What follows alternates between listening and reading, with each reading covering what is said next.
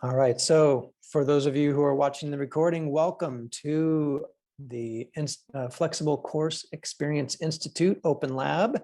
Here, it's a beautiful day today, and we're glad that you're joining us on your own time. So we're going to start just going around the horn with the different folks in the room and find out what brought you here today. Do you have specific questions or just want to learn more about specific topics? And we'll go, everybody's excited to be here, I'm sure, but let's start alphabetically with Maria. Hi, I don't have anything specific. I was just coming in to see what else was happening with everybody else. Sounds good. And remind me, Maria, what campus you're with? Cal State Long Beach. Long Beach. All right. And then Mark. Yeah, I'm at Long Beach as well. You're at Long Beach as well. And do you have any specific goals for today? Just, yeah, I'm actually thinking about some of the Module 2 activities, and I'm also thinking about a presentation I'm planning on online learning challenges. So this course has been very helpful for that. Thank you. Nice. Well, and so if you have specific questions or if you want to try out any of the concepts, we have built into these open labs the idea of getting feedback from your colleagues. So let us know. Yeah. Natalie. Well, as I just said, I know it wasn't on the taped version. I guess my main concern / goal is how to do this myself as a newbie to HiFlex, and then also help others at the same time. I guess it will just have to just be humble and say I am learning along with you, but how to be a mentor / learner simultaneously. That's my main concern. Sounds good. And in my early days as an instructor and in the first few weeks when I taught preschool, I got really good at modeling how to look things up. Hey, this is a good teaching moment. Let's take a look at how we would find that information. And then, so please know that you don't have to be an expert to help others on this journey. It's not a requirement. So we have a loose structure for these open labs, but it's loose for a reason, because really I know it's more about making sure that we get you where you want to go. Last time around, Dennis, who's here in spirit and will join us in a little bit, shared with us some of his strategies for flexible teaching, where he has taught in a multimodal format at Sacramento State. And so he was kind enough to do that. And if you didn't see Open Lab #1 or the recording, I noted in Slack and in Canvas, it's around 19 minutes in is when Dennis begins. And so I recommend strongly, if you want to see some examples of what it actually looks like from a fellow Cal State instructor's perspective, then go check out Dennis's spotlight from last Open Lab. But so I heard a couple things emerge. Mark's interested in chatting a little bit about some of the activities we did in Module 2, which was focused on assessment in a flexible course environment. And then Natalie's thinking through 2 layers. Hey, as an instructor, how do I make my course more flexible? And before we started the recording, we were talking about how exercise classes like Pilates or yoga or others sometimes help us see ways that we can make things more flexible. I did yoga with my wife once, and I definitely had to use all of the extra supports like blocks or pillows, because I am not very flexible in the real world musculature. So having those ways to adjust so that I could participate in the class, but not do it the same way as everybody else was really helpful. And so if we start thinking about that in our own perspectives as instructors with our courses, whether it be me and my general education course, or Dennis with his engineering course, or anything in between, we are on the right track. So Mark, we'll definitely dive into whatever assessment topics you want to discuss. And Natalie, that whole idea of not only applying it yourself, but helping your colleagues do the same. We can talk about strategies for that. So I don't know if we need to be super formal. Mark, do you want to kick us off with some questions about Module 2? Yeah, sure. So I guess my concerns are a little non-traditional because what I'm planning is a faculty workshop, and so this is kind of helpful for thinking about it. But yeah, I'm kind of curious how much I can actually apply from what I'm coming up with. I guess I can share my screen, which has the backwards design worksheet. So yeah, there's 3 things that I wanted to talk about in the workshop: recognizing some common challenges facing online learners that are actually recognized in a survey that we sent to students, and then 4 solutions that have specific actions that faculty can respond with, and a discussion among faculty about what they've found to work for them over the past year. And so my original plan was to, after the workshop, give them something to kind of talk or just do a self-assessment on their challenges and the solutions that they think would be relevant to those. And also sharing a OneDrive worksheet. I really liked the activity that you had in the Module 1 live session with having a fillable document, just as something that could be taken away from the event. Right. And then in terms of flexibility, I was realizing that some of this stuff might actually be good to share before the workshop. Since we have registration emails, we know who's going to be there, giving them a chance to do some of these, or at least look at them beforehand so that they know what we will be talking about. And even if they can't come, they can, or that it might spark interest in making sure that they do come to get answers, and yeah, being able to participate even if they can't be there live. So I was thinking about that.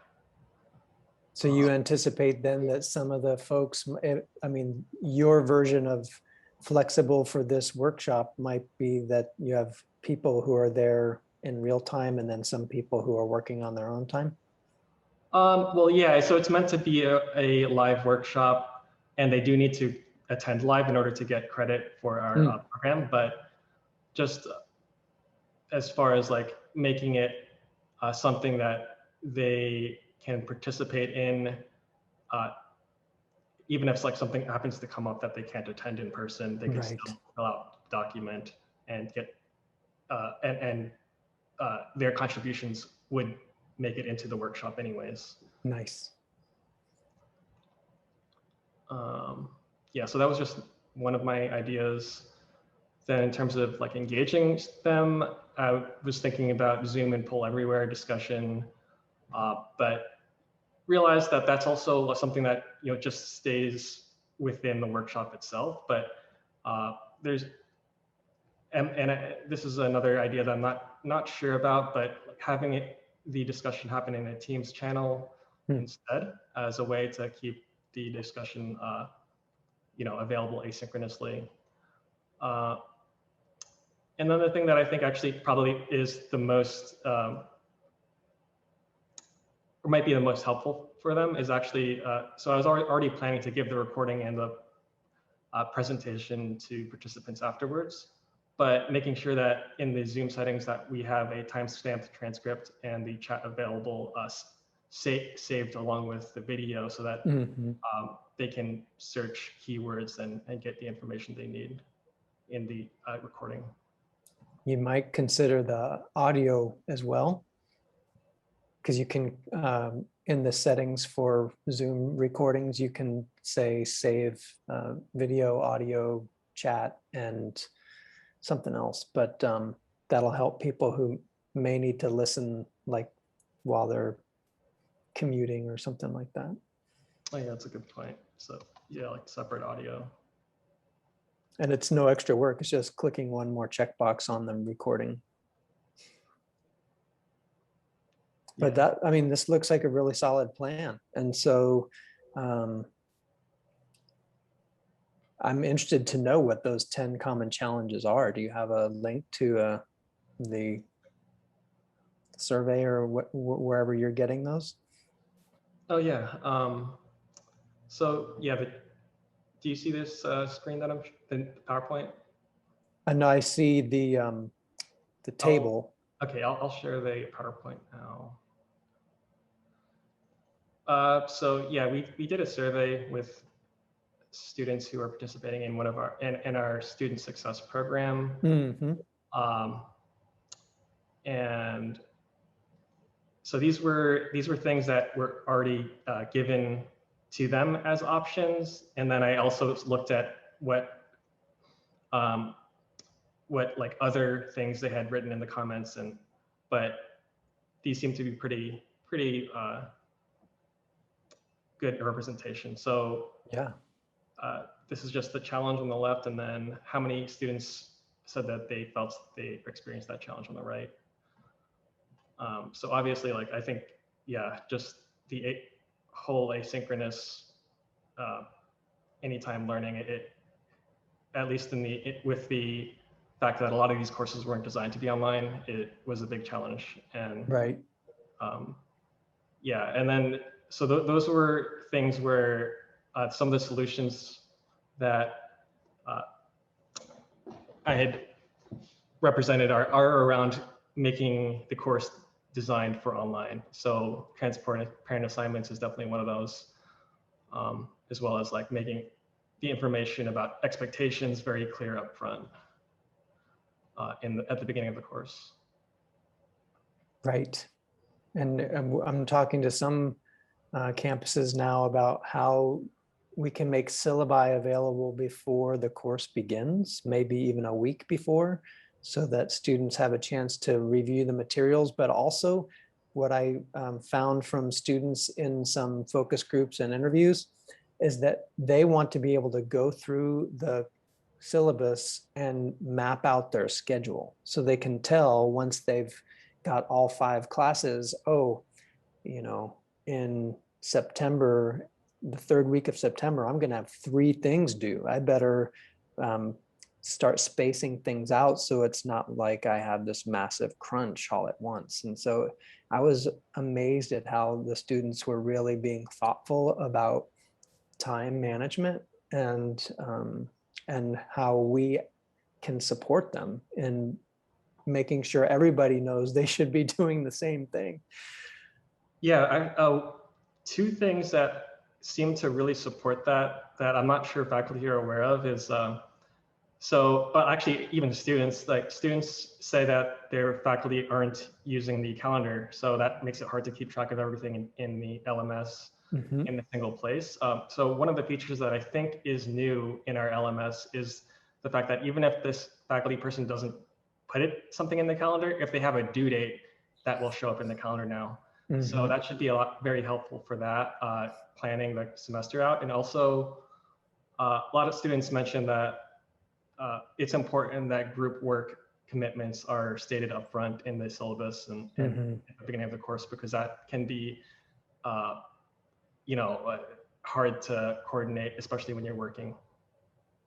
Right. And having opportunities for students to do group work asynchronously. And so coming up with some norms as a class in that first week is really important, and giving the groups something to do early so they get a chance to practice with something small before it's time to turn in some major 10-page report or something, having them do something together where they take a role, whether it be the researcher or the editor or the, whatever roles each class might need.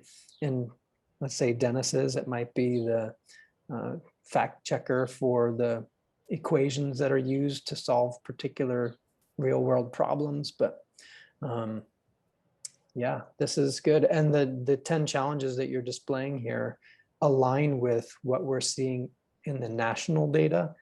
All the surveys that went out during COVID, students reported a lot of the same challenges and in roughly the same order.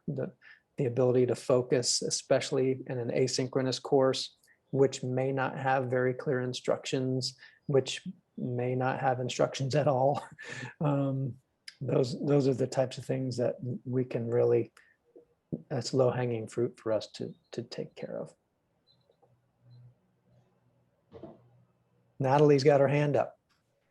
I just wanted to say, I think that's a brilliant strategy to have a group, even if it's really low stakes or even just for participation, to produce something together first before their final or big group assignment, because I had many problems with group work and it didn't occur to me to do that. And I'm going to do that going forward, to have like produce something together so that you can connect with each other, how you're going to connect, who's going to take which role, do that small and then do the big one. Because when I had students scrambling, I can't get a hold of this person is not responding, they're not doing what they're supposed to do, we don't understand who's supposed to do what. So thank you for that suggestion. I think that's brilliant.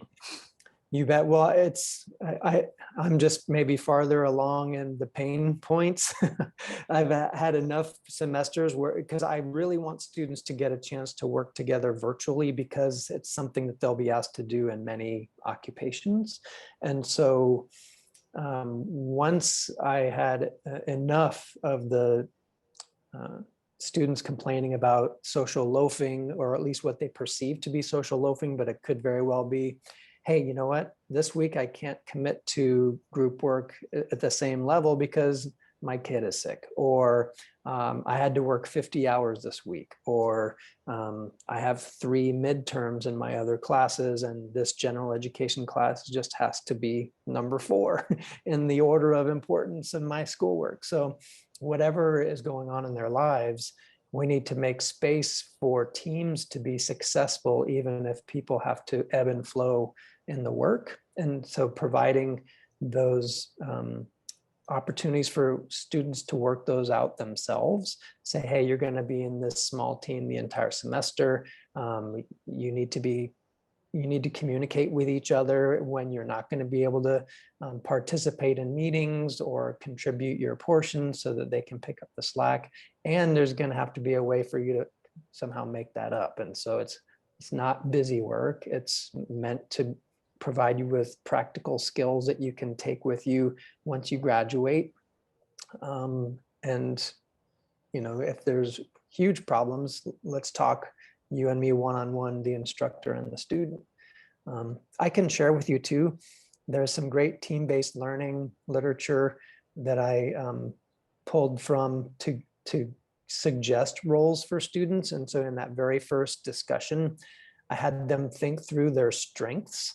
And so some students say, like, I want to be the devil's advocate because I don't like it when everybody agrees and then we end up with a watered down final idea because nobody's thought through the challenges that might occur. Or somebody else says, well, I'm going to be the researcher because I love to look stuff up. And so when we come up with our basic concepts, I can go out and find the sources that we'll cite or whatever. So I'll make sure I put that in Slack or in Canvas or both.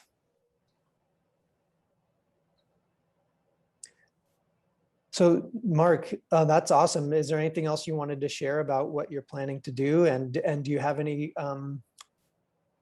anything where you'd love feedback about, things that you are still wondering how to execute?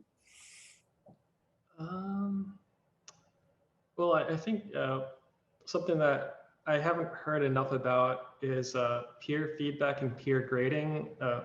Like, I know that it has a lot of potential. I just don't know like what people's experiences have been. Like, is it really lessening your workload? And how you can do it most effectively? Like, I have used it, but I want to give Natalie and Maria a chance to jump in, and maybe even Roger, who joined us just a second ago. So I have mixed feelings about peer grading. I think they need clear guidelines on what to do. I've had students correct some grammar occasionally that was actually correct, and then they get it wrong, because their peer told them to correct it. So I usually tell them, look for content, like leave the grammar up to me, unless it's really bad, unless there's some, but sometimes they make papers worse. So that's bad. So you have to tell them exactly, this is what you need to look on. This is what you should be commenting on. And then if you're making suggestions, this is how to make suggestions. And that took me a long time to learn because not all peers give good advice. mhm. Similar to what I suggested before with the group work for peer work, Mark, I strongly recommend something called calibrated peer review, where you give all students the same dummy paper or assignment or project or lab notebook entry, whatever it is that you're asking the students to give each other feedback about, and have all the students use your rubric or whatever checklist or guidelines to give feedback, and then have an exercise where they share that in a public discussion, either in a classroom or in an online discussion forum, and you norm. So you basically say, hey, as the instructor, when I grade these papers, I would have given this paper 3 out of 4 because I felt that it showed these things but didn't show this. And then the students will chime in and say, but I see evidence here. And so then you have a conversation, but it means that you get more consistent feedback across the entire class because they've had a chance to practice on something that isn't someone's work. And then to your other question, do the students end up turning in better work? I do feel that because they've gone through one round of feedback, and as Natalie pointed out, sometimes that feedback can be questionable. So that's where we encourage them to engage in critical thinking. Does this feedback make sense? Don't just take it and make changes blindly. Check it and see if you agree with it. And I even say that about my own feedback. Sometimes I'm going to give you ideas and you're welcome to say, I thought through it and I'm not going to make that change for this reason. And if you have a strong reason, then, that's means you're taking ownership of your work. But I do think kind of in the pre and post world, by and large, students do turn in better work after they've had a chance to review it with a peer, not for a grade, and then make revisions to make it stronger and turn it in. So. And do you feel like it lessens the workload for the instructor? Well, in terms of, I don't have to go as in depth with some of those comments. And again, it depends on what you put as criteria in your rubric. So, my class until a year and a half ago wasn't a writing intensive class. So I didn't put writing related items in my rubric. Now it's going to be a writing intensive class in the GE spectrum. And so now I'm going to add that so that when the students are looking at each other's papers, they're looking for the things that take me time to cite and ask students to fix. And so, but it's tough to say. And Natalie's got her hand up. She might have some ideas there. Well, I never looked at peer review as a way to lessen my work. That wasn't the goal of peer review, in my opinion. So I don't see it as a time-saving practice. the goal for me was to make them better writers and to be more reflective about the writing process. And that was the goal of peer review. So I'm not sure if that answers your question, but for me, that wasn't the purpose of peer review. Yeah. Yeah, no, I just wonder like how much it can be leveraged for large classes where the instructor can't necessarily look at everyone's work and give enough feedback. Yeah, I have between 50 and 100 students in my class, but I only teach one class. So I know that's not the same as instructors who have a full load of 4 classes plus advising, or 5 classes plus advising. So, but there's good literature out there, and I'll see if I can find some for you. Roger, welcome back. Is there anything in particular that you wanted to make sure you had a chance to ask questions about or wanted to discuss while we're here today?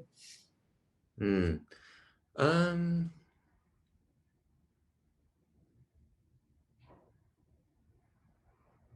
I don't think so. But I really appreciate the offer. Thank you. You bet. Well, I mean, just as I brought up before you arrived, that the open labs are meant to be for all of you. So I can come up with things to talk about, but it's not going to be as useful as, hey, this is what I'm working on. This is what I need help with. So if you think of something, just raise your hand and we'll tackle it. Sure thing. So Mark just shared some stuff that he's doing. And Natalie, I don't know if you're interested in talking about that dichotomy that you brought up earlier of applying these strategies yourself for the first time, and then also how to help colleagues with the same endeavor, and where you see there might be ways we can give you strategies or ideas to approach that. So I am literally a week ahead of my fellow faculty members. We will start our training next week. And so since this is fairly new to me, of course, we all went through the online boot camp last summer. And so I transitioned online, but now we're going back to this high flex where I'll have in person and online. So this will be new. So it'll be new for me. And I'm supposed to be the facilitator and I don't want to say mentor, but the aid to other faculty. So I'm just trying to find a way how to learn and help at the same time. So this is helpful. Actually, for me, just talking things through is helpful. Hearing what other people say is helpful. Well, and I wasn't kidding when I was early in my career. I've been teaching at San Francisco State since 1999 now. So, but some of the earliest classes, I had just gotten my master's degree and was already teaching in the program to support, somebody went on sabbatical or something like that. And I'd get these questions like, how could you be teaching in this class? You're so young and all this stuff. And the way that I approached it was like, so let's look at how we might solve that. And I turned everything almost like the Socratic method, right? Like asking questions that I may or may not have had the answer to, but I definitely knew how to think through the problem. So in your case, Natalie, if you're talking about a multimodal course, and many of the instructors, if not all of them, will have had that experience of being forced to do emergency remote teaching and learning last year, then you can say like, okay, so we did that. Part of this is going to be cheerleading too, right? And now we're doing something new again, and we can do that too. We've already shown that we are an adaptive species. That's the Darwinian rule, right? Those that adapt are the ones that survive. But just saying like, let's come up with some scenarios the same way that we did in this institute. Everybody share how you plan on teaching your course, and let's figure out what you need to know in order to be successful.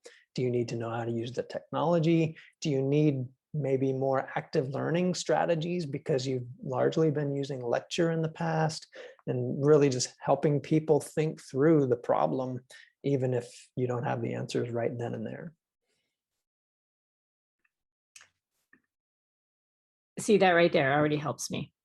brilliant. I'm like, how do I start the conversation? So that's already great advice. So thank you. Yeah, and you could even treat it like what we call a needs assessment. Where are you now? Where do you want to be? And how do we get you there? And so the where are you now is, okay, how comfortable are you with face-to-face? And just, some people are still not ready to be back in close proximity with others. So what do we have to think through in those cases? And then how do you feel about your online teaching skills, and whether it be synchronous or asynchronous?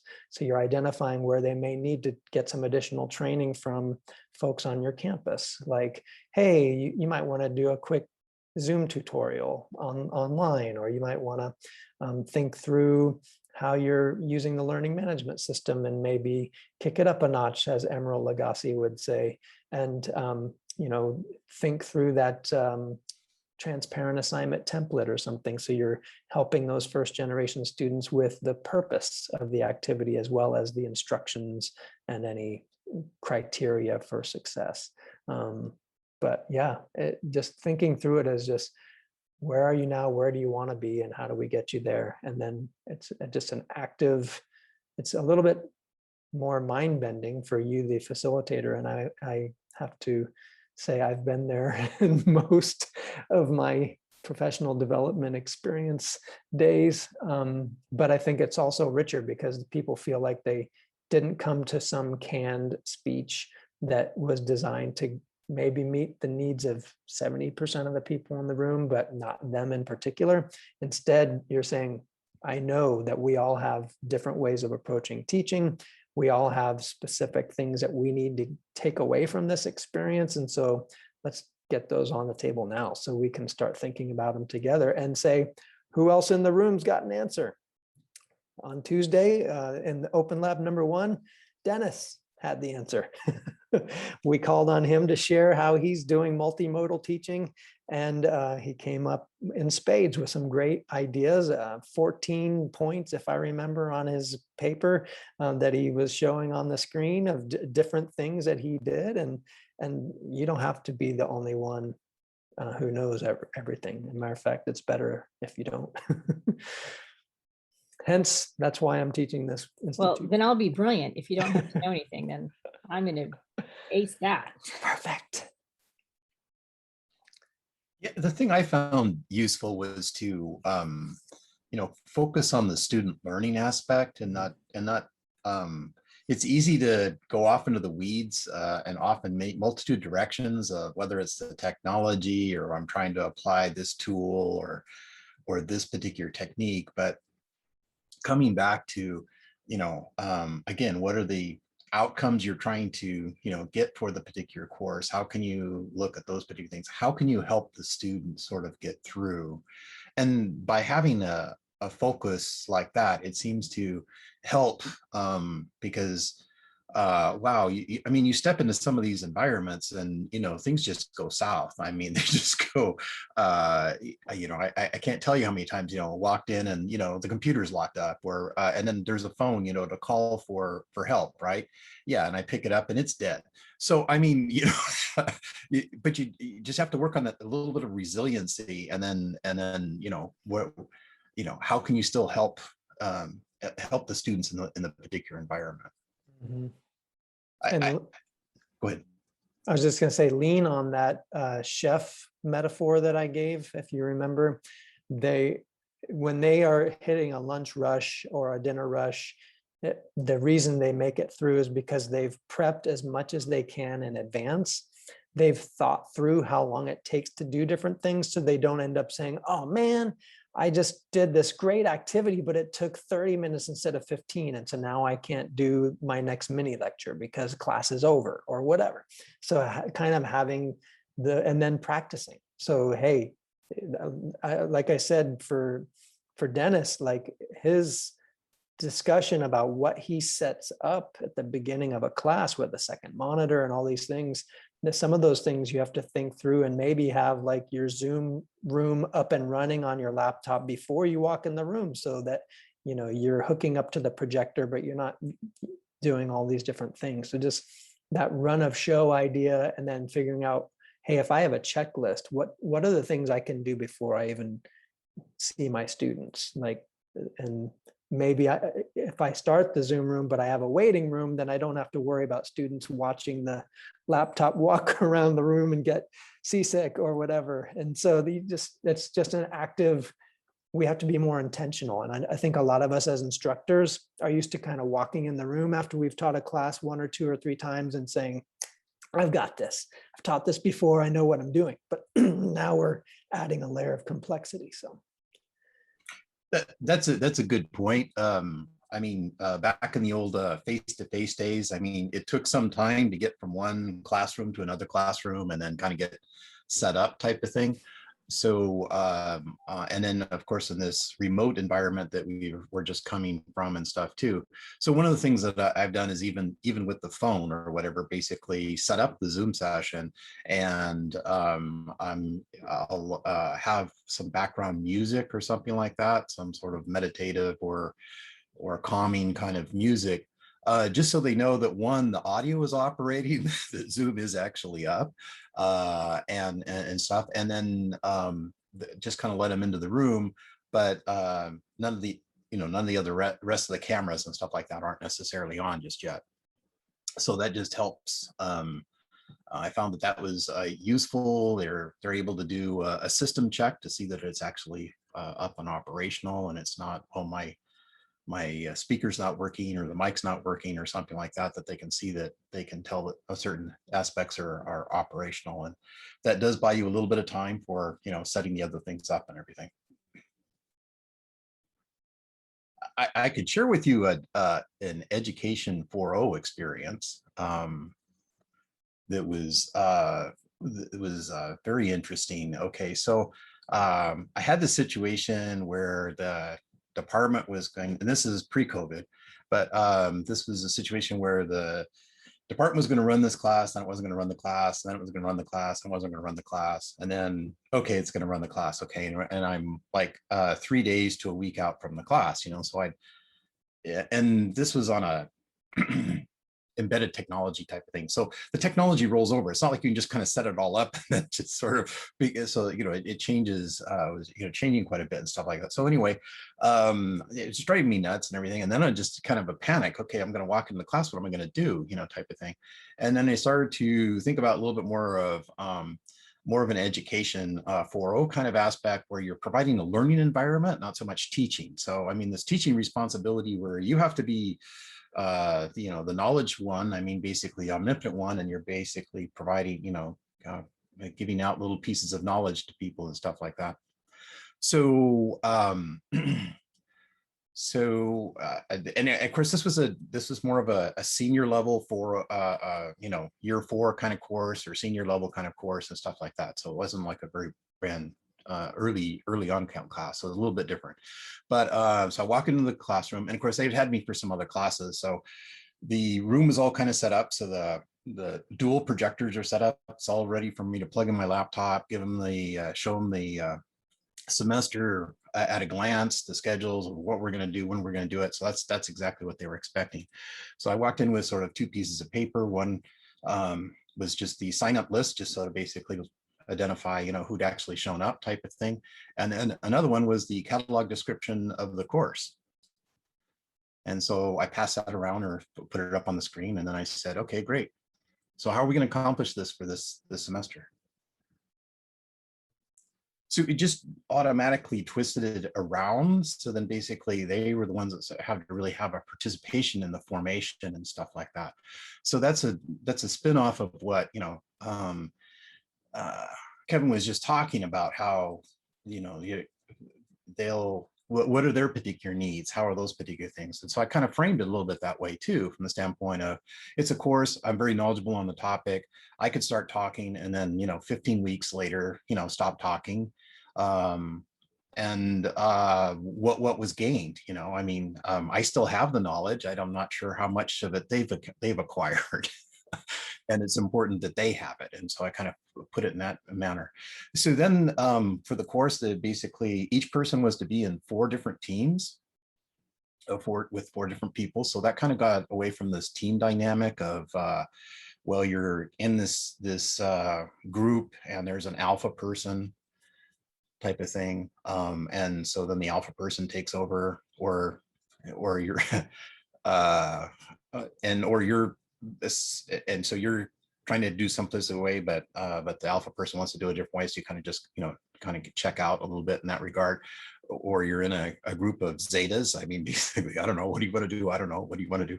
So changing that around, and we sort of picked out projects. And so basically that way they could take some ownership in that. Some people would take lead in one particular case. Others would basically follow. Other ones would say, oh no, I want to lead on this one because I know something about this particular topic. So we were able to tap those particular types of resources that way.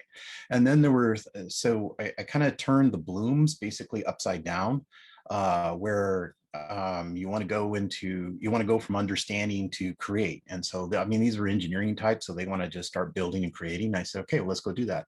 So they quickly start doing that, and they realize, I don't have some of this knowledge. I just don't understand the terminology that's going on here. And I said, great, well, now we have to go figure that out, don't we? And so, but they're motivated to do that particular piece.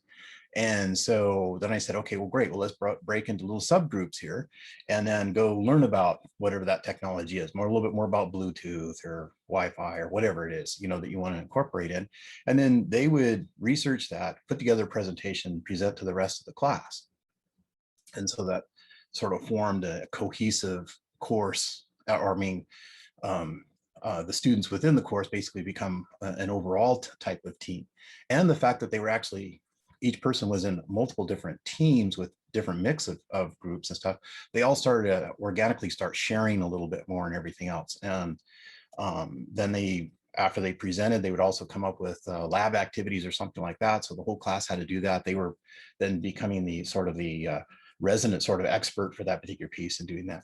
So there's a whole series of that kind of dynamic, and that plays off of what Kevin was talking about a little bit earlier too, where you're looking for opportunities where they can take part of the course and then make it something that that's relevant to them, that they can take what knowledge they've sort of gained in the course and then sort of apply it to their particular career trajectory or major or their interest areas and stuff like that. And so that turned out wildly successful. It was very interesting. I had even some of the guest speakers they would speak in the prerequisite course for this particular course. And so I just asked the guest speakers if they could stay after a little bit, and would they mind coming to the to this 4.0 course. And they said, oh no, sure, sounds fine.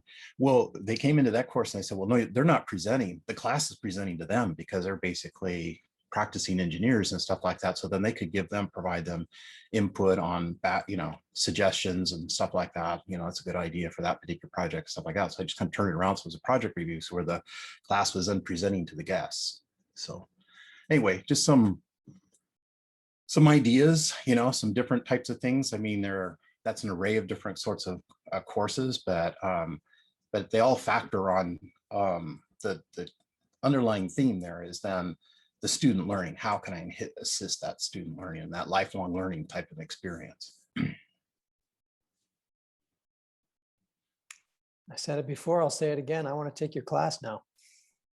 Yeah, I do too. I mean, it's just cool to watch what they come up with, and everything is neat.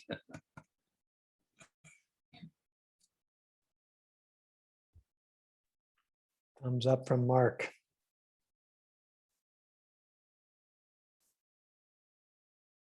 What other topics would you love to discuss? What's on your, just what would be most helpful? Well, you've already given me, a place to start. So Now, is the material for next week already prepared? that is up to our Center for Faculty Excellence. I'm assuming they're working on it. I know they are. I'm kidding. Sure. We're supposed to be going over that tomorrow. Okay. But again, it's like that new course you teach. You're like, we'll see how this goes. Right. Well, and I think it's useful. Like I even said at the beginning of this institute, I teach fully online classes. I have only taught a few instances of flexible course, but I try to make my classes, even though they're fully online, as flexible as possible. And I've done a lot of research, but I let everybody know, let me know what you need, because I may not have thought of it. And I got some great suggestions along the way. And you may have seen, even last night, I started modifying the course because somebody said, it's hard for me to track my progress in the Institute. You have the material, the content in 3 different formats. There's a video, there's the slides with the script in the notes field for each slide. And then there's these tabs of just the text, the script broken into chunks. And he's like, when I come back to a page, I forget what I've done. And so now I'm going through Canvas and putting that little mark as done button at the top and making clearer instructions. The content is provided in these 3 formats. Pick one or more. And when you feel you've mastered it, mark as done so that you know you've touched this page. It doesn't mean you can't come back, but it's a way for people to kind of track their own progress in a flexible course environment. And so that in and of itself made my teaching better, because I hadn't thought through that yet. And it just takes somebody to say, I need this. And so if you put that out there to your faculty who are going to be learning alongside you, say like, hey, this is our first time running this. We're all adapting on the fly. So let us know what you need and we'll do our best. I would amplify off of that for the faculty training, having done quite a bit of that myself also. It's very important to leave some space in there, basically, to be careful that it isn't just a didactic experience. I mean, I always found it kind of interesting when we were doing faculty training, we're trying to train them to basically open up more student interactivity and stuff like that, yet we're basically sort of preaching to them about the whole thing. And then not letting them experience as much of that. So also I would amplify off of Kevin's point too, of wanting to personalize this professional development piece that you're doing here for the faculty themselves. So you want to basically have open up so you can actually hear from them about what their particular aspects are, and having those opportunities of that think, pair, share and stuff like that would be useful in there. So you're able to get that feedback yourself about what that is that they want. You really don't want to be taking up their time talking about some other stuff, or say, for example, like blooms. I mean, they're very familiar with blooms. I mean, you're just kind of wasting their time and they kind of switch off on you. So you want to be careful that it's not one of those types of things. Also, for the training, you just want to be careful, again, that it's not something that's like you're running down through the menus. It's, you know, we're going to talk about Microsoft Word, and we're going to show you how to use Microsoft Word by going down each menu item, telling you about the things that's on that menu. You know, we all fall asleep. I mean, it's kind of hard to stay awake giving the presentation, let alone hearing it, type of thing. And so that introducing some of those active activities in there, and then you're using that to sort of find out, give you some formative assessment aspects about what their needs are, so you can help address those. Well, that's good to hear, because I'm from the humanities. I don't know how many people from STEM are going to be in my group. I hope it won't be, but I mean, I'm not obviously there to tell them about the science or anything like that, but I'm very good at student engagement. And that is one thing I do well. So I'm hoping, right, that I could say, hey, you could make this a little more engaging. I know nothing about the material. I'm not trying to impose my opinion on the material, but just how to make it more, you know, from someone who is not in STEM, more inviting, more engaging, so forth. I'm in STEM. I was going to say, if you can, one of the things that I intentionally tried to do for this institute was to model things. So the fact that I speak to our asynchronous friends, hi everybody on the recording, getting people used to seeing and hearing it, because we are social learners in that we, just like when we were 2 and reaching up for the doorknob that we saw our parent turn, Now we need to model things for people to do in flexible course environments. So the fact that you are a veteran facilitator of rich activities, run some so that they can see what it looks like in a multimodal environment, because they may not have run them even in a single mode environment. So now it's like that you're adding to the complexity, and it causes people to freeze. They choose not to do something if they don't think they'll do it well. And so giving them those, hey, do a practice run with your students first. Don't start with the final project as the first team project. Do something slow and easy, and let students get their norms together and figure out how they're going to work. And but you can model that for them as part of this workshop experience. I would. Being in STEM myself, I mean, they're a tough crowd. Okay. Just even the students, I mean, imagine some engineering students, okay, and you're up there and you're talking to them, and I mean, the faces are just deadpan. I mean, it's just, I mean, you can't tell if they're happy, if they're sad, if they understood anything. Are they, hello, is this mic on? Is anybody out there? You know, you're just, it's tough, okay. And unfortunately in STEM, I mean, what discussion is there? What discussion should we have? I mean, what are you talking about? I mean, 2 + 2 is 4. What's, you know, what do you mean how I feel about it? It's immaterial. I mean, basically it's 4. I mean, you know, so they're just not quite, how shall we say, in some cases, not in tune with the humanity of what's going on there. I mean, this is what we're doing right now. We're discussing, this is what humans do. And this is, you know, so I found it interesting because I took a chancellor's office level faculty learning community on discussions. And I was one of the few, well, I guess I was the only STEM person actually that had, you know, signed up for it. And I was just kind of an oddity. And, you know, and I said, well, yeah. And I was having conversations with other faculty in STEM, and they were just kind of like, well, you know, what would that be for? I mean, I don't really care about, you know, how they feel about it, you know, type of thing. And I said, well, you're missing the whole thing. I mean, it's not the feeling aspect. It's more along the lines of, that's how we learn, is by that process of discussing it and talking about those particular things. What are those particular experiences? We're trying to build a vocabulary here. We have to have some depth and meaning to those words, and those come through experiences and with those interactions. So anyway, just providing you some STEM perspective. When I found that even if you only have one, they will broaden the conversation period. So, and it's, I think what I consider to be one of the biggest wins when I worked full-time as a staff member at San Francisco State, and I did a workshop about discussions in online courses. And I had a fashion design instructor sitting next to an English as a second or other language instructor.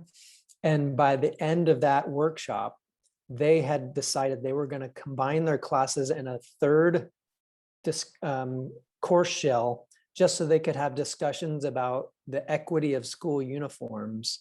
And the English students were going to bring in their research skills, and the fashion students were going to talk about the issue. And it was like the first time I'd seen this kind of like collaboration emerge from two people sitting next to each other in a workshop, because we asked them to have a discussion during a professional development workshop where they were like, oh yeah, I get it. Why would I have a discussion in the first place? What's the purpose? And that's, again, gets back to that transparent assignment template and letting people know this is why we're doing this. So I have a question about learning in STEM. So I watch a YouTuber called Veritasium. He's a physics video producer. And one of the things that his PhD was on STEM education, and how people often, when you're teaching something, you can teach it directly, or you can start by teaching what students already think they know, which is often a misconception of what is actually true. And his contention is that it's better to start with their misconceptions, because otherwise they'll have like an illusion of understanding, because they'll learn your way of thinking. But then when you get to the exam time, they'll just write down what they thought in the first place. So I was wondering, what's your experience with that? Very much so. Actually, I found that to be a useful learning tool. Okay, and I alluded to some of that in the tips I had given. But one of the things I found was to have some mistakes, and I didn't really have to create any of the mistakes. I just found they organically happened anyway, so that's good. And that causes some problems. I mean, they're like, this doesn't seem to be right, you know. I remember the first time I ran into that, the student called me over and said, Professor, I think there's something wrong with this problem. And I look at it and I go, oh no, what did I do? Oh man. Oh no, I should have caught that blow. But that was what I was thinking in my head. But then I caught myself and I just asked the student, I said, well, what do you see as the issue here? What do you think is the problem or whatever? Well, this doesn't line up with that. And if this should be based off of this law and this principle, it should be this way. And I said, I think you're onto something there. I think what you ought to do is let's explore that. Let's do some calculations on that and let's verify that. And so that it's kind of that thing where we learn more from the mistakes and from those misconceptions than we do from just it being all laid out type of thing. This is also some conditioning that you see with college texts and the solutions and stuff. Okay, so that the students feel not confident, inferior, or whatever, because their particular solutions don't line up with what the book has and everything. And I try to show them then while we're going through a problem or whatever, I'll end up making mistakes. And sometimes they'll catch them. Sometimes I catch them myself. But I wanted to show them that we're all human. We do make mistakes. The trick here is just to be sure that you catch them type of thing. Where with the college textbooks and stuff like that, I mean, sometimes those problems I try to point out to the students. I said, well, sometimes those problems, I mean, so how come I can't just write it out, correctly like this? I mean, this seems like there's something wrong with me that I can't do that. And I said, no, you're human, and that's good. Okay. What you're comparing yourself to is a manuscript or a book that basically has been reviewed by 20 people or so. And so this has been, a lot of those things have just been taken out for you. And so that's also why I was kind of, for like lab reports and stuff like that, instead of having this formal, pristine, this is, these are all the perfect sort of results, and they're trying to impress you with that they're able to have done it perfectly. I'm asking them instead for an engineering notebook, more of a journal. What did you find? What didn't work for you? Mark down those things too. Let's see what, so this is this part of this discovery part and stuff like that. That's where the learning sort of happens. So I'm particularly looking for those kinds of situations. So you're right on track with the let's address those misconceptions.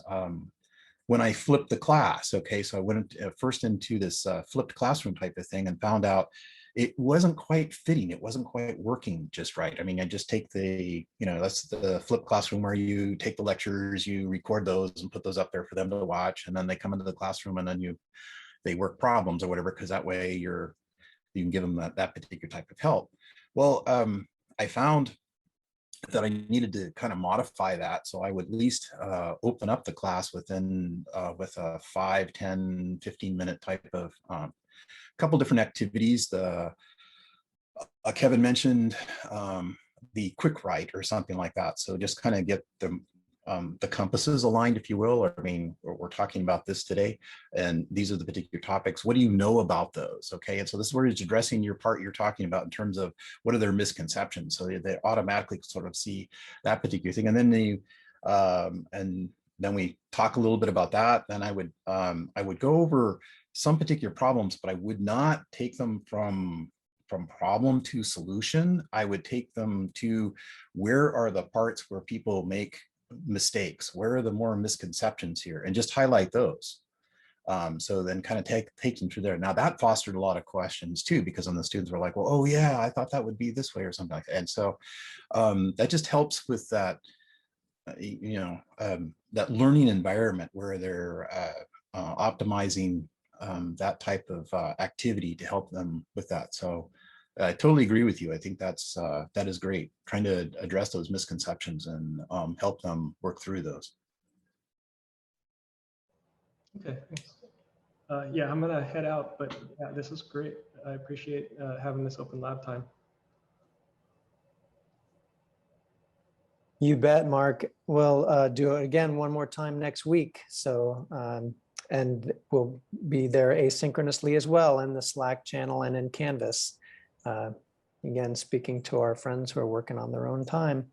Hope you're enjoying this because it's been chock full of great ideas. Since it is the top of the hour, I'll just see if there are any other questions or things you all want to chat about. We don't necessarily need to go the full 90 minutes, but I want to make sure, Natalie, this may be Since I'm really the only newbie, you guys have given me some great insight. I think I can somewhat confidently go into next Tuesday and lead a conversation. So I really appreciate that. I may jump in again before. We'll see. We'll see how tomorrow goes. Sure. But it's been very helpful. I really appreciate your candor and your openness and your willing to share. Well, and I was serious. I'll put my email in the chat, but please feel free to send me an email saying, hey, I have this one question. Please help. Yeah, definitely. And realize, of course, you're going into a situation that's going to be messy, and that's good. Yep. Ill-structured learning environment. Just quickly, I did a game called Death Comes to Norwich, where my students had to pretend to be the small council of Norwich and the Black Plague was approaching and what we're going to do about it. It was for a medieval Renaissance course. It was so messy, but at the end, the kids said it was the most fun and they'd learned more than anything because everything was unknown and they had to come up with a plan. And so I got a taste of messy. I know what messy looks like a little bit. Awesome. Good. It's where the learning happens. The Zoom where it happens is the new Hamilton song. Awesome. Right, well, Dennis, I will sign off then. I thank you so much. I really, bet. really appreciate it. And have a great summer if I don't see you again. You too. Good luck. Dennis, anything that you want to chat about?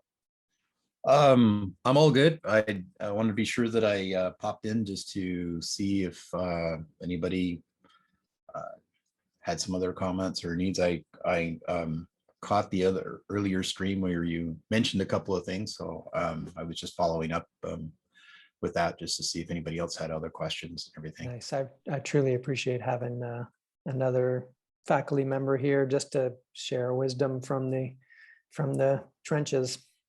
Yep. From the trenches, definitely. Yes. Very good. All right. Well, have a great weekend, and hopefully we'll see you next week too. You bet. We'll catch you next week. Thanks a lot.